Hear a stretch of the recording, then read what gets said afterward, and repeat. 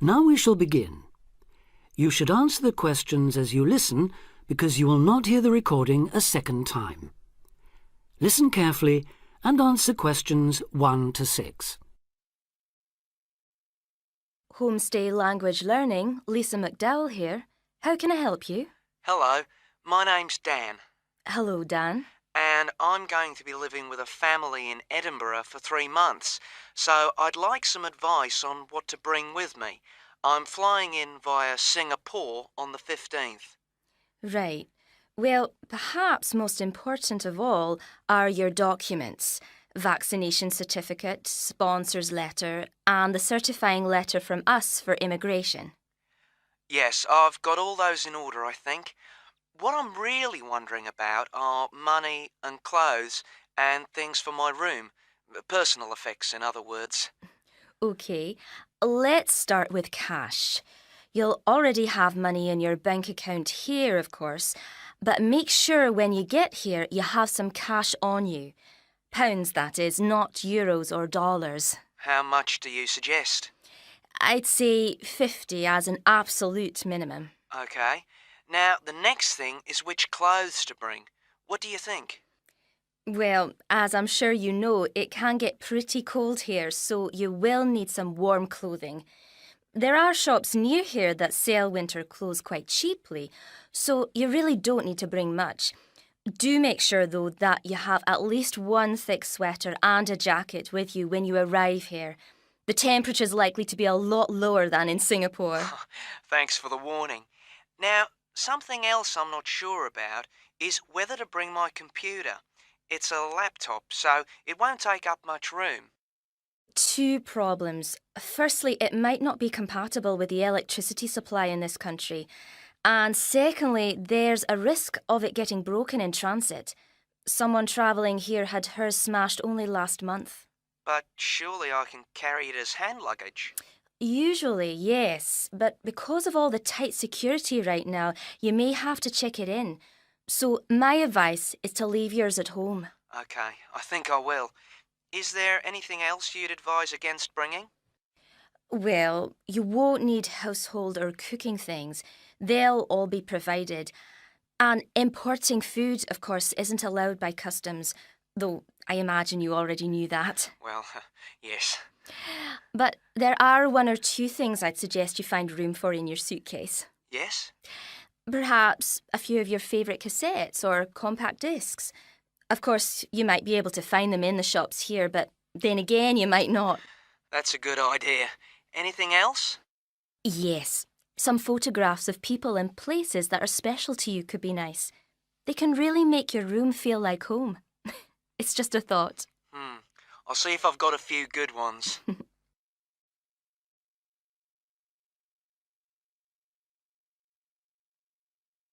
Now listen and answer questions 7 to 10. Just a few points about packing. Make sure all your cases are clearly labelled, in English, with your host family's name and address. Just in case they go missing on the way. It has been known to happen. What name do I write, by the way? It's Wark. Lewis and Amy Wark. So that's W-A-L-K? It's actually W-A-R-K. But we'll be posting full details to you later this week. Right, fine. And I'd better put some essentials in my hand luggage, enough for a night or two in case, as you say, anything happens to my main cases. Yes, I'd recommend a change of t-shirt and socks and so on, plus any medication you may need, and a toothbrush, of course. And my tights. Your tights? Yes, for the flight. Wearing them helps prevent deep vein thrombosis when you're flying long distances, not getting any exercise. Oh yes, I've heard about that. Now, talking about exercise, there's one last thing. When you've packed your baggage, check you can carry it, all of it, at least 500 metres without any help. You may have to do that. Okay. Well, thanks for all your help. You've cleared up a lot of points. Oh, you're welcome. Have a safe journey, and we'll look forward to seeing you next month. Bye. Bye.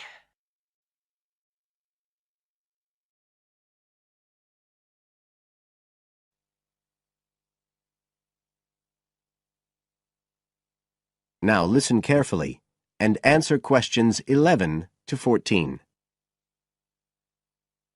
Good morning, folks, and welcome to the information roundup on your own local radio station. This is Larry Knowles talking to you this morning on Tuesday, the 25th of May.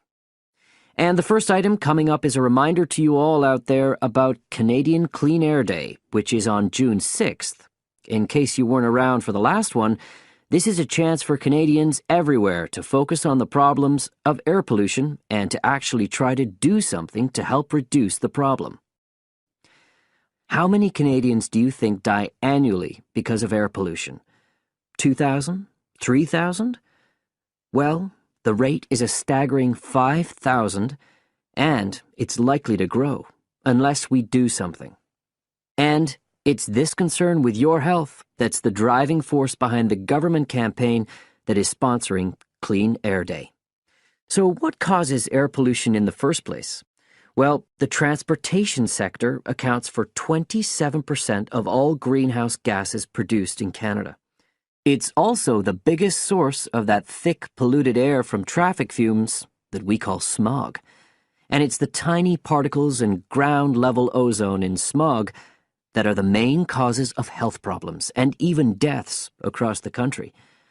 Of course, it's worse in the big cities, but researchers have only recently realized that all you need are low levels of air pollution to seriously damage your health, so we're all at risk.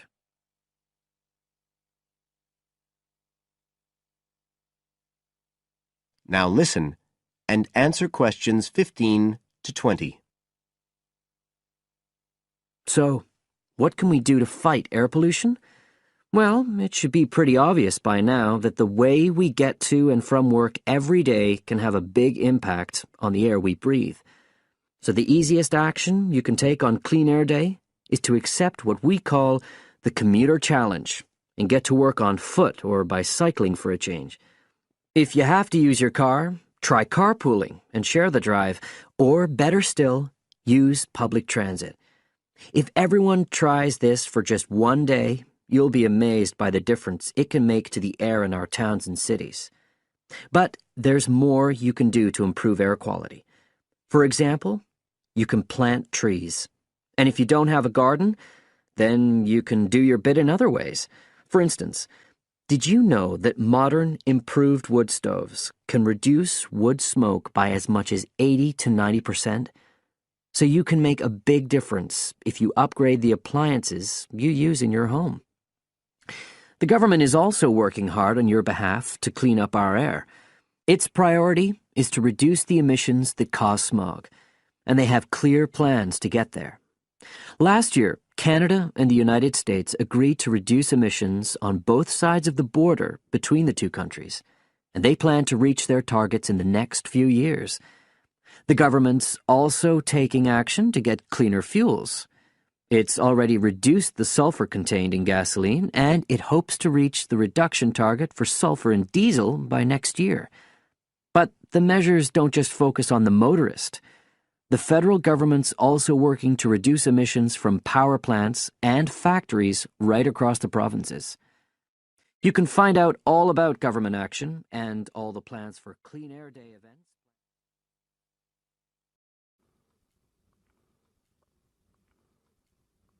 Now listen carefully and answer questions 21 to 25. Okay, guys. First off, well done. That was a very good presentation yesterday. Now I'm just going to ask you questions about it before I give you my feedback. That okay? Sure. Of course. Right. Well, in that case, tell me, Niall, why did you choose to talk about Rafael Nadal? To tell you the truth, I didn't. I think I'd better let Sheena handle this one. Sheena? Yes, it was my decision to pick Nadal. Now, that might be a strange choice for a presentation entitled Someone Who Inspired Me to Study Psychology, but... Yes, but I was going to say, it does seem rather an odd choice. Was it simply down to the fact that he's a sporting hero of yours and so a role model? You talk about him a lot, Sheena, so this much is clear. It's true.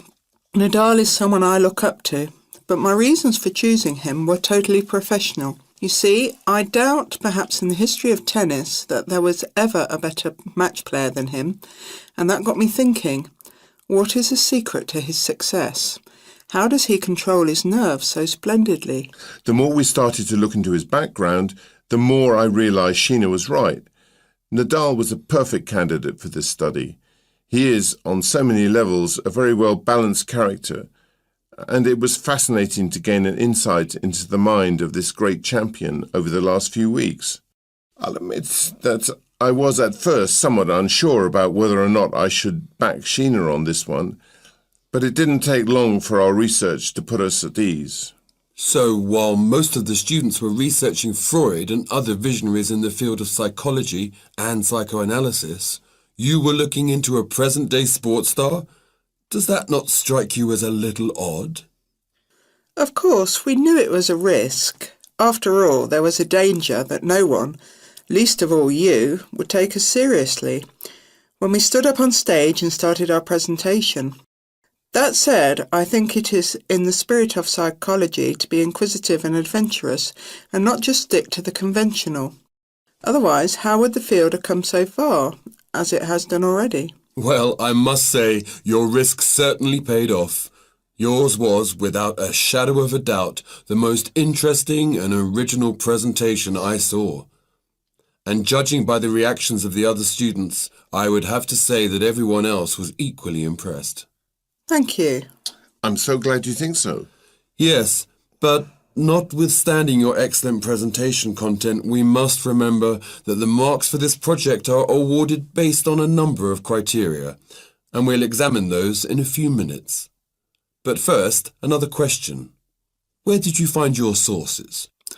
Well, and I don't quite know how we managed it, but we were able to secure a face-to-face interview with Nadal while he was over here for the Wimbledon Tennis Championship, so we weren't reliant on newspaper articles and interviews or any other forms of secondary sources. We did, however, find the library's sports archive an invaluable backup aid to help us fill in the gaps and piece together our interpretation of what makes Nadal such a mentally strong champion. Now listen and answer questions 26 to 30. Okay, well, as I said, congratulations again for your excellent work. Now it's time for my feedback. The first area where marks were awarded is in your use of equipment. I felt that had you not been a little too reliant on the overhead projector, and had you, for example, used the interactive whiteboard and audio equipment a little more effectively, you would have received top marks in this section. As things stand, though, your use of equipment was still very satisfactory. It's just a shame as it was an opportunity missed to score full points. The next area I was asked to assess is content. As you might have guessed, I simply can't fault you on that. Highly original work, so well done. As for your timing, I felt that the two of you were a little too over-rehearsed, so the presentation felt, at times, a little robotic. That said, again, it was very satisfactory, and you would get full points for effort. Sadly, though, there is such a thing as trying too hard, and that cost you top marks here, I'm afraid. Oh, I see. Right. What was particularly impressive, though, was the thick handout you'd prepared for everyone. I took it home to read through it afterwards, and it was very well written. But not alone that, it also enhanced my experience of the presentation itself on the day, as I was able to refer to the handout for further information on what was being discussed and to answer any questions I had. Very nice. As for your level of interaction, well, you had so much that you were intent on packing into your 20-minute time slot that sadly you run out of time at the end, which left no room whatsoever for interaction and no one had the chance to ask you any questions. You've probably guessed, therefore, that you did worse than average in this department, and unfortunately, your score will have to reflect this. Oh, my goodness. Everything sounded so positive at the start. That is a big disappointment. We work so hard. Now, don't be so quick to get deflated. Remember, your presentation skills only count for 15% of the project grade. Your score in this assessment, even if it were terrible, would still not be enough to prevent you from getting top marks overall. It's very hard to score well in the presentation assessment anyway, so believe me, you both did reasonably well. Thank you. I wish I felt like that. Yes, your feedback was very constructive. We're just a little disappointed with ourselves. Why? Now listen carefully and answer questions 31 to 40. For my website design project, I decided to approach SuperSave supermarkets because I have an evening job at the supermarket, so I already have a slight insight into their organisational goals and workings. The field research for my project was in 2 stages. First, I had an interview with Mr. Dunn, who is in charge of SuperSave's customer care department. I discussed the project with him in order to identify the supermarket's requirements. Mr. Dunn said customers are often unwilling to make a face-to-face complaint when they've experienced difficulties with a product or a member of staff or anything related to the supermarket. So he said a website which allowed members of the public to get in touch with the organisation and bring the problem to their attention in a private manner might be very useful, and we agreed that I'd work on this. For the second stage of my research, I devised a questionnaire to put to SuperSave customers. I needed to find out about the customers' experiences of problems together with their attitudes towards making complaints, both directly and indirectly. I used a mixture of closed questions, such as, have you ever experienced a problem at any SuperSave store?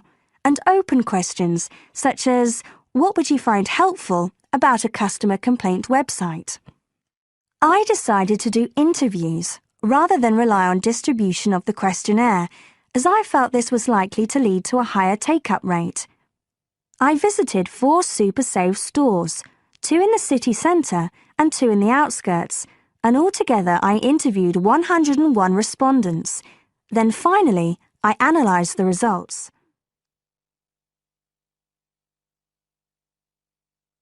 I found the results of the questionnaires to be very informative. I found that out of the total number of customers investigated, 64% had at some stage encountered a problem in a SuperSave store. Out of these people, the vast majority said that they hadn't reported the problem to any member of staff. They just kept it to themselves. The next thing I tried to find out was why they hadn't complained. Well, about 25% of the people I interviewed said the reason was that they couldn't be bothered, and a slightly smaller percentage said that they didn't have enough time. But 55% said the reason was that they felt intimidated.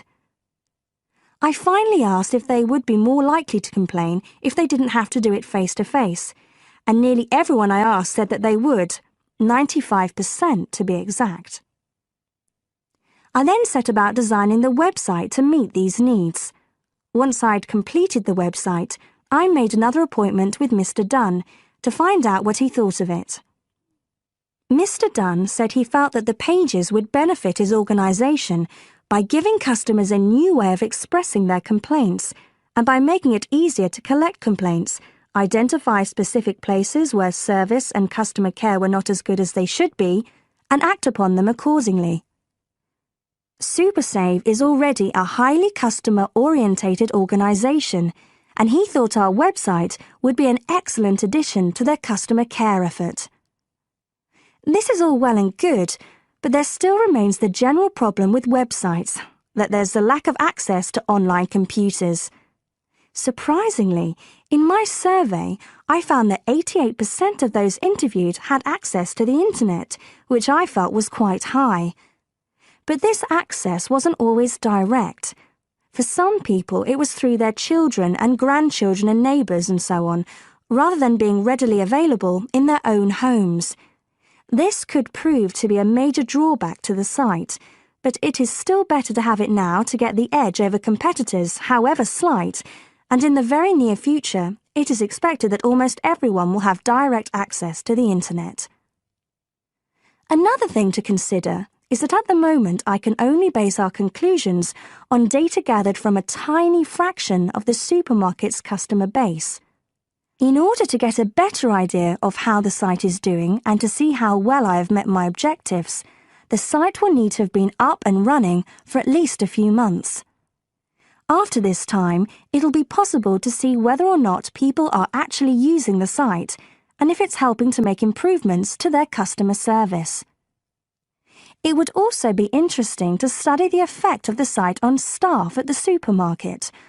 Morale could be dented as more complaints come in. Staff may feel they are being unfairly criticised and that there is no need for another way for customers to complain. But also, the site could boost morale by making staff come together to overcome the constructive criticism, and they may gain more job satisfaction by knowing that they are making a difference to the customer. So, overall, I feel my website has met my objectives, but there is scope for improvement and expansion. Are there any questions?